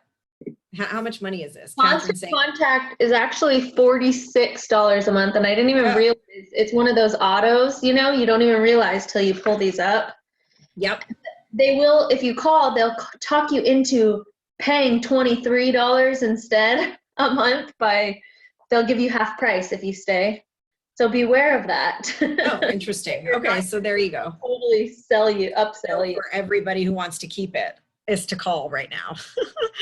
$166 a month. Love that. Catherine for print. $300. Nicole. $415. Carol cut today. Awesome. Teresa says command is saving me $36 a month. Yeah, because otherwise you might have that database system. Jordan is up to $524.27 a month in savings. That is awesome, you guys. This is so great. I'd love to get all your numbers and collect them. Maybe we could do that. I might have an email go out to you guys in the next week so that we can find out what everybody's saving and tally it up. That would be super fun. So super fun. So maybe we'll do that. Love it. Okay. So let's go into the next section. We've got about 40 minutes, a little less than 40 minutes left. So I'm going to go a little bit faster. So I don't know, this part may not really be applicable to some of you. Some of you may or may not have payroll. If you have teams or you hire out for, independent contractors for certain things, this would apply to you.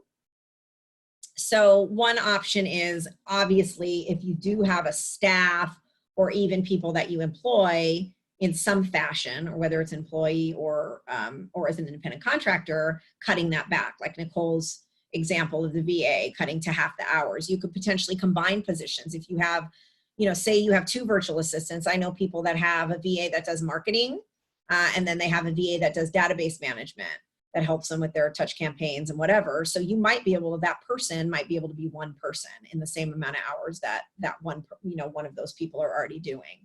Offer a bonus rather than a salary increase if you're paying salaries. Bonuses based on activities and results. Offer a package, and then listen to what your people want. Have that conversation. Questions. Melissa says, Facebook ads I can cut by half. A CRM I'm not using is $70 a month. That is great. Love it. And Carol saying she learned from 2008. Many of us did, like Keone was saying, totally. Okay, so another couple, I'm guessing, if you do have staff stuff, we can talk more about that if you want, or you want to reach out to me. But basically, you're going to look at top grading. So, and this really goes with anybody that's working with you now that's helping you, that you're paying anything, look at top grading. You know, do you have the best possible people? So make sure that your dollar is really being spent wisely and effectively and efficiently. So is everybody performing at your standard? Are your standards clear? Are your expectations clear? Do you have those things in writing? Maybe it's a time for you to put those things in writing so that anybody who's helping you with your business is clear and you're on the same page. Part-time staff, new staff members, borderline performers, or other things you want to consider. Okay. In a shifting market, your lead generation should be focused on prospecting and enhanced by marketing. So what is the difference between prospecting and marketing? We talked about it briefly earlier. And the reason that you want to have prospecting be your basis and be marketing enhanced instead of marketing based is a cost. It's all about a cost issue. I'm trying to get in better light. It looks like it's getting a little shady here. So what is the difference, prospecting versus marketing? Well, we talked about marketing before. Marketing tends to be passive in nature, meaning it's that brand awareness, it's that print ad, it's that postcards, it's you're sending things to people hoping that you're gonna get a call, okay? And sometimes the follow-up system can be challenging for that. Prospecting is, I'm going to be talking to people face-to-face, networking, I'm meeting people, obviously right now, we're going to limit that. I'm lead generating, I'm picking up the phone, I'm being proactive, I'm talking to my sphere, I'm talking to the people who had come to my open houses, you know, in the past. I'm prospecting, talking to for sale by owners and expireds. My open houses, obviously right now, no, although you can do things virtually. I'm going to get involved in the community. And a mega is meaning if you're a team and you have other agents on your team, you want to personally re-engage with the people in your database, with people you're doing deals with right now, so that you're really making sure you're maximizing those relationships. What don't you cut? We said this last week. I'm going to reiterate it. I said it like several times today, is don't cut customer service and don't cut training and coaching. Okay, and just going back to cutting the people that you're working with, I want to make sure that you don't just cut out everything people are doing with you and for you, because remember, you are all still using leverage. So if that leverage is helping you produce more business, it's worth keeping, okay, if you can afford to keep it. Because the idea is if somebody's doing your marketing and your database management for you and data entry, you're out there getting more business. Now, if you're sitting on the couch and you're not out there getting more business and you're hiring somebody and you're paying for them, stop it. Stop it. Just stop it. Okay. Let's see what else we have in here. Training and coaching like Bold, Pivot for only $99. Yeah, there is a Bold. Thank you, Joe, for mentioning that. There is going to be a training that they're changing to an online training that we've done. I know some of you on the call have done in the past. We used to have it live in the last several years. We had it live in the summer. It costs normally $799, and it's 7 courses. It's 7 days of classes over 7 weeks. So you do 1 class a week for 7 weeks. And it is a way to really get more business in your pipeline. And they are going to do a virtual version of it. It's called Bold, Business Objective, A Life by Design. And it's only going to be $99. And it starts in May. So if you are interested, what I'll do at some point is I can send out an email to you guys with information on it. And you can participate, and anybody can participate in it. And it's really, it would be worth the investment in your business, because what it'll do is it'll force you to focus on the activities that are most important. And it really holds you accountable to that. So you have to be willing to make that commitment to yourself and your business. Thank you, Joe, for your enthusiasm. You guys are funny. Okay, next. Okay, so let's talk about making the most of what you have. So use human energy. Oh, and then I just wanted to go back to, sorry, go back to page 24 in your book real quick, in your booklet.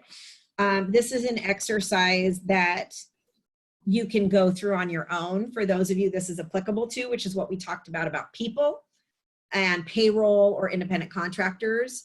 what is the area that you can cut, what is your projected cut, and what is your savings. So I wanted to make sure you knew that exercise was in here. And then it also continues on page 25. You have this, an exercise about reducing staff or people that you're paying. Okay, and then one other thing I want to point out in your booklet is on page 27.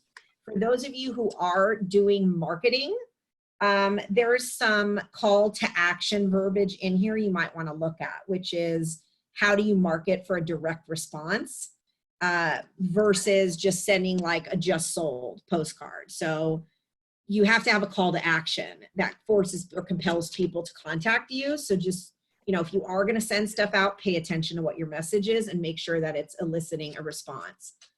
On page 28, there's a couple of other things in terms of scripting. No, I even gave Andrew the IBC. It was crazy. Rosalina, your mic's on. Somebody's talking. Somebody's talking in the background. Okay, so mailings, it talks about mailings, flyers, and sign calls. Obviously, whatever brokerage you're with, you're going to substitute that verbiage in there. And okay, so let me go on to page, and page 30, another thing in your booklet is, and this you can use, so bold was mentioned. This is an example of a chart that we use that shows different things that you can do to help when it says don't cut your education and training. What are you going to do? So you want to have what we call a growth plan, and your growth plan is going to have a chart like this, and it's going to say, these are things I'm going to do to get better at what I need to get better on, you know, at. So what books am I going to read? What events am I going to go to? What resources am I going to look into? What trainings am I going to attend? So the ones that are open to anybody would be, well, obviously you can read the Millionaire Real Estate Agent book. If you haven't read that, that would be my #1 first suggestion. And then the trainings, our bold training is open to everybody. And then you have awesome events like I was supposed to go to Entree Leadership, which is Dave Ramsey's conference. It was supposed to be in Florida in May, and you know, I'm guessing it's canceled, although they may do it virtually. So something like that would be good if you guys are doing like Tony Robbins stuff or anything that's personal or business development related would be a great thing for you to do. Melissa says, are you going to send out a link for everyone to sign up for Bold? Yeah, we'll send out the link. Thank you. So what else are you guys doing in these categories for, like, what other books would you recommend to people on this group, and or events or online trainings? So let's help each other out here and give some suggestions. Nicole's saying Profit First, the book. Yeah, that's an incredible book. Highly recommended. Great suggestion. What else? Okay, yes, Atomic Habits, that was on my list too. Atomic Habits. It's actually on my reading list for this year. I still haven't read it yet, although it's on my book list. And the premise of that is just making a 1% improvement every day in something, and then it adds up. So just focus on a 1% improvement each day. I love that. The One Thing, great book. Alina, she read it. Awesome. She applies it daily. Andy got an email for a $99 webinar called Shift. Okay, so maybe that might be a webinar that that we're doing in KW Connect. I can tell you though, everybody can join, so that's great. Oh, that's Tom Ferry. Okay, there's a Tom Ferry Shift one. Well, I guess everybody's using Shift, so that's a common term. Okay, that's good to know. That's good to know. And then there's that Pivot Shift Facebook page that I would recommend being a part of. Thank you guys for sharing that. That's awesome stuff. Oh, okay, let me just go back to the slide. So it talks about use human energy, put your creativity and your energy into working harder and smarter, do FaceTime transactions yourself. Of course, a lot of that's going to be virtually now. It says get more assistance, not assistance, and work with preferred partners, meaning making sure that all of your lender partners and all your vendor partners, lenders, title, home inspectors, everybody that your termite, everybody you're working with right now is at the highest level, and because you need all the help you can get to keep these deals going. Make sure you have other partners that are good. Okay, moving on. Okay, page 33 in your book. How are you going to use human energy? Okay, so when we talk about working with preferred partners, we didn't go too deep into that. Get more assistance, not assistance. So, and that means like who can help you that's not going to cost you money. So like, can your kids be helping you with stuff right now if you're at home? Can, it talks about, you know, an intern. It talked about an example of like a Boy Scout, or who can you use? How can you use human energy to help you that can also be cost effective? Does anybody have an example of that on page 33 of something, an idea that they have that you can, that they can use, you guys can use? Where you're not having as much of an expense and you're using, you know, other people that can help you? Okay, chat, let's see. Oh, Anne Marie says The Middle Finger Project by Ash Amberge. It's a little sassy, but great for anyone who's struggling with really believing in their own personal strengths and how to use them in business. Okay, thank you. Love that. Stacy says, check out 101 Financial. So yeah, 101 Financial is a program that helps you monitor expenses. You know, it has debt, things that you can do for debt, things that you can do to pay off debt faster. It's a great program. Thank you, Stacy, for sharing that. A little marketing plug. I know we have several people that do that program. Lenders, SBA loans for independent contractors. Yes, you can. There's a lot of resources now with what they've got coming out for financial assistance for self-employed. Great. Thank you, guys. Okay, it says maximize your tools, leverage your yard signs, and use Market Center or your office's services. So if you look at leveraging your yard signs, what does that mean? The example they give on page 33 is that they suggest you eliminate flyers or flyer boxes. The idea being that they may just disqualify the property and never call you. However, if you can get an opportunity to talk to them better, so put your phone number on your sign, which pretty much everybody does, and with like a call for more information. And then he also talked again about the IVR, the voice recording programs that you can set up, and then that will help you call them back to make sure that if you're in a meeting with another client, that lead is captured and that their information is captured. So there are services like that. Another thing is on page 34, use your Market Center or your own office's services. So that would be, you know, copiers, documents. It says on-site computer program, prepare listing and buyer packets. So obviously you can do it at the office, but you can do that on your own laptop.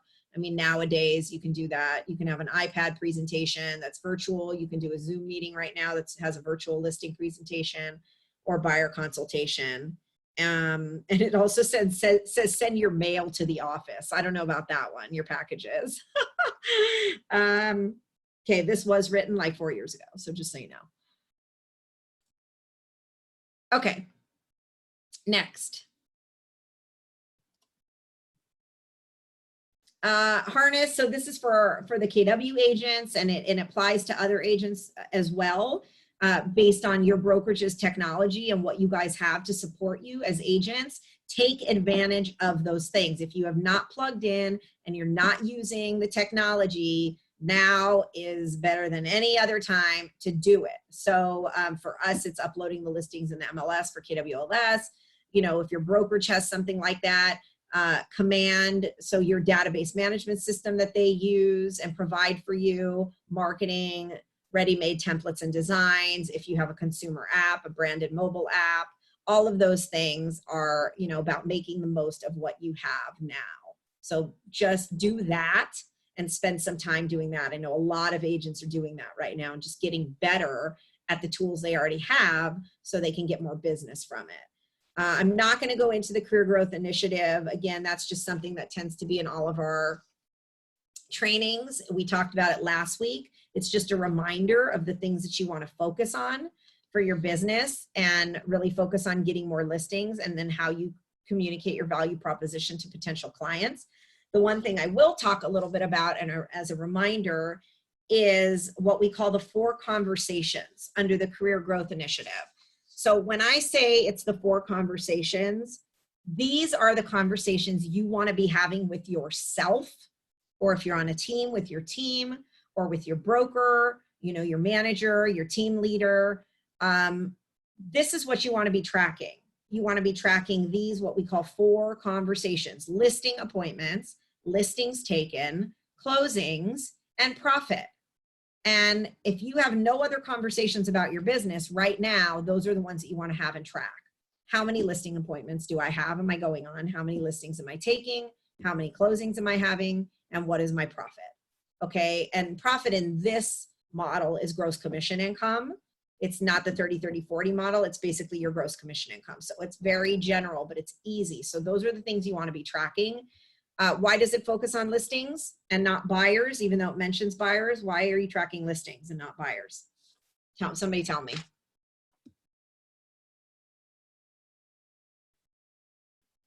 Who can tell me why we're tracking listings versus buyers? Why it's more important? Listings build your business. That's right. Listings control your business. And you have, when we talk about what we're focusing on, what we can control and what we can't control, yeah, you may have a buyer that's ready to buy. However, it's tough to find the inventory for them. Right now, if inventory is tight and you have a listing that is priced in the market, you are going to sell it. Okay. Without listings, you have no business. You're at the mercy of other people controlling your business if you don't focus on listings. So focus on listings. Thank you guys. Thanks, Anne-Marie, for that. Okay, bottom line. Downtrending, we're on your page 38. Downtrending markets are a huge opportunity to find better ways to run your business. The degree to which you need to respond will depend on the conditions of our local market here. We talked a lot about that last week. Your success will depend on how well you know and understand that market. Okay, so again, we talked about that last week. There was a great quote. So on page 38, in the middle, it has this gal, Sue, who was talking about learning in the last market shift. She reduced her spending on advertising by 38%, and her business went up. And she said, I thought sellers needed me to spend money, but they just needed to get their house sold. And I challenge you to adopt this perspective.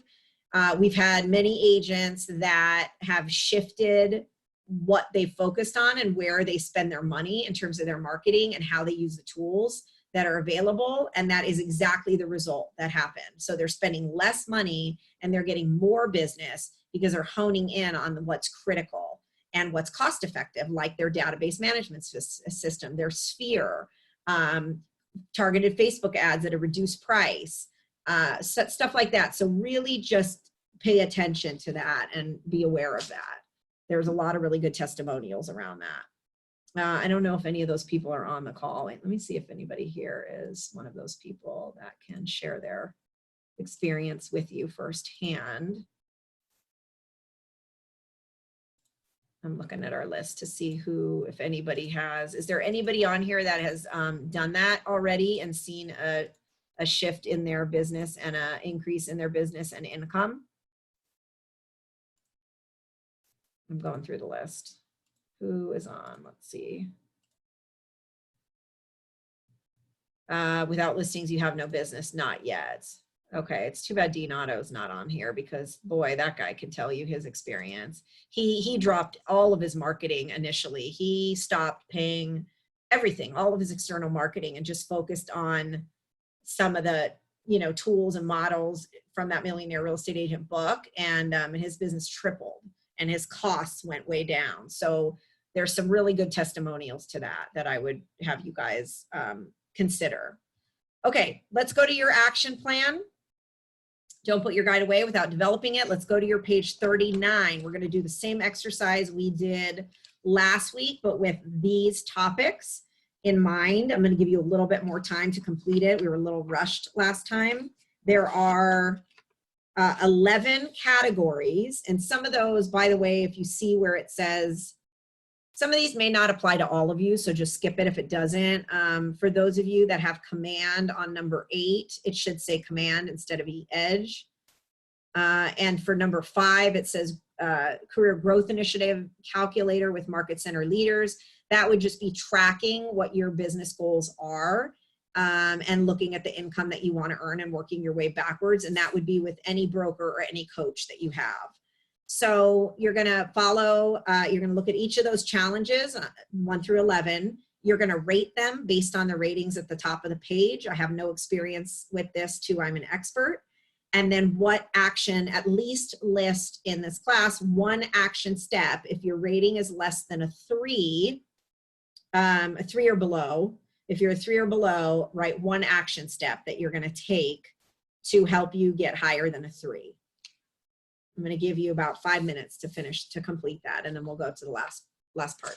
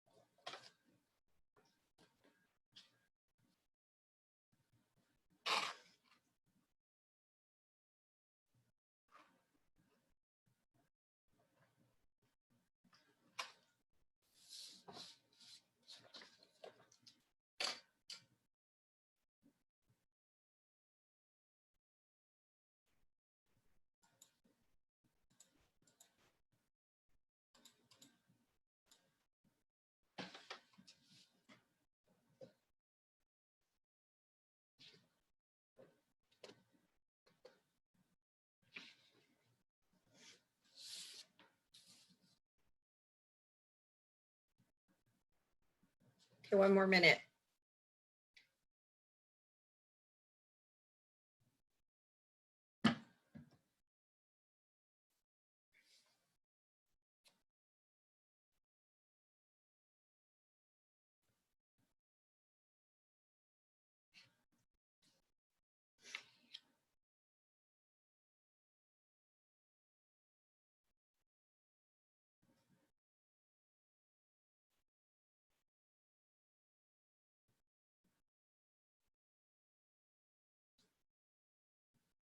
Okay, so who has a category that they put a 3 or below, and then please share your action step for that. I mean, you can also share what you're great at, and maybe we can all learn something from you, which would be awesome.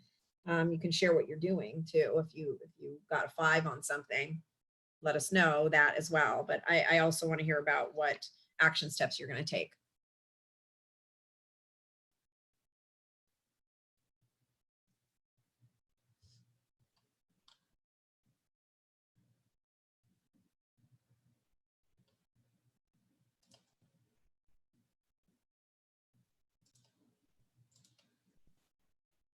I'm guessing some of you are still working. I see, I can only see a few people's heads because everybody else has their camera off. So, oh, there's Karen. Karen just put her camera on.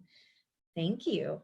If you don't know how to unmute, by the way, it's the lower left. You can either hit the space bar or the lower left corner of your screen. When you scroll over, you'll see the little mute microphone. So Karen, you want to share? I see you. Oh, no. No, not really. So which Karen do you want? Hey, hi, how are you? The two Karens. She can share. Okay. Yeah. All right, Karen C. Let's go with Karen C. Yeah. Oh, I just realized how much work I need to do on reviewing expenses. Okay, great. Yeah. Yes. So what is your commitment? How are you going to make sure that that gets done? What are you doing? Oh, I'm going to go through the credit card statement for the first quarter of this year and go through that. Do I absolutely have to have this? And if I don't, to cut it.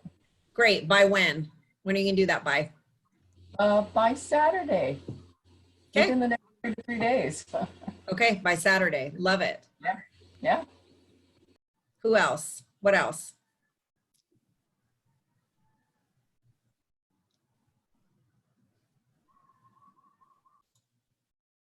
What do you guys got? What'd you come up with? I just started my coaching back up a little bit before all of this started happening with, COVID. And honestly, the best thing that I decided to do was to pick up coaching again, especially during a time and a season where you can kind of get complacent with your business. Yeah. And it helps to have someone there keeping you accountable. Like I've reorganized my schedule to shift and accommodate to the new things I have to do with, homeschooling my kids and still running my real estate business. So yeah, I'm still at a 3 for coaching because I'm transitioning to, figuring out what that schedule looks like and really dialing it in so I can still be successful during this time. Great. That's awesome that you're doing that. And that is, there will be a return on investment from that. And that is trackable too. I mean, you can track, well, I mean, depending on who you're coaching with, but in general, they're going to tell you that this is our track record for every person that does coaching. Their income increases by X, right? And that's proven. And I have a coach. I had 2 coaches. I just stopped with 1 coach. So I only have 1 coach now, but yeah, absolutely. Always being coached is great. Nicole's my coach. Yeah. Yeah, she is a rock star, Nicole Burns, who otherwise known as Marianne's coach. I love it. Okay. Who else? One more, and then we're going to go into ahas and takeaways. So one more thing that you're going to do that you're committed to get better at from that list. I can't lock the door because you're all attending virtually, but that's what I would do if we were in a live class until you share. Somebody give me something they're going to do that they're committed to doing from that list.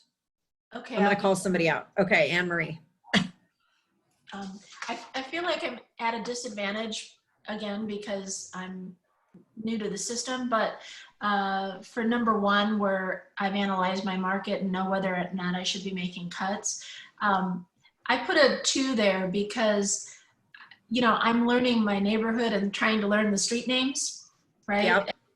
And the subdivisions. But one thing I put on my action step was to work on the condo book that I have. That's great. And learn, at least learn that while I'm sitting here. That's a great exercise. Great activity is study that condo book. That thing is incredible. And that's a huge part of our market, especially if you're going to be working that area. It's a great resource. I think that's a really good plan. Very smart in getting to know your market better. Joe says, biggest takeaway, review finances weekly and not just monthly. Action item to implement immediately. Schedule finance reviewing time with business partner, husband, and place the finance report in Monday morning meetings. That is great. Put it in your Monday morning meetings, the finance report. Make it part of what you do already. That is awesome. Gabrielle is saying condo book. That's for, so on Maui, there is the Maui condo book.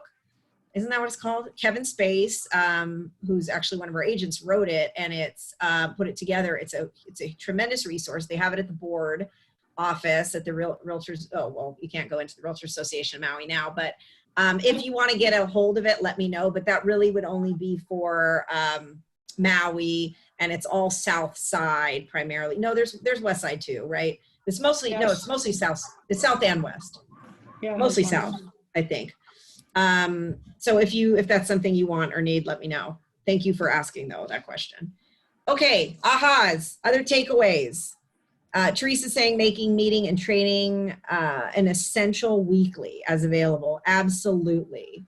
Yes, that's critical right now for you guys, is being plugged in and still attending trainings and attending meetings like this.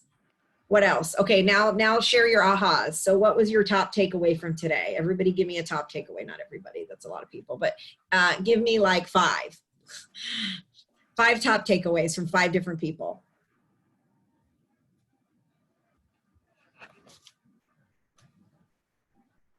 Okay, oh, you guys are typing, I love it. Keone says it's all condos that were around the time he wrote it. Okay, yes, thank you. He did do a revision of it. I think it's, the revision of it is like maybe 2 years old. Looking at financials. Okay, so this was sent as a private message, so not everybody can see it, but that's okay. Look at financials every week. It's hard when you have a team, because you have to keep in touch with each agent regarding the pipeline. Yeah, I mean, just weekly, what you're doing right now, those weekly financials, and when you send them to the bookkeeper and have those conversations. Cut unnecessary expenses fast, focus on the long term, that's great. Oh, Anne Marie posted also the Hawaii statecondoguide.com is also helpful, great. Ilo, what Joe said, geez, I had so much unnecessary expenses, I have to budget better. I've already cut half of the expenses that are not producing or not cost effective. But congratulations, that's awesome. And Jasmine says, Pearson's law states that when performance is measured, performance improves. When performance is measured and reported back, the rate of improvement accelerates or decreases. In this case, that's exactly right.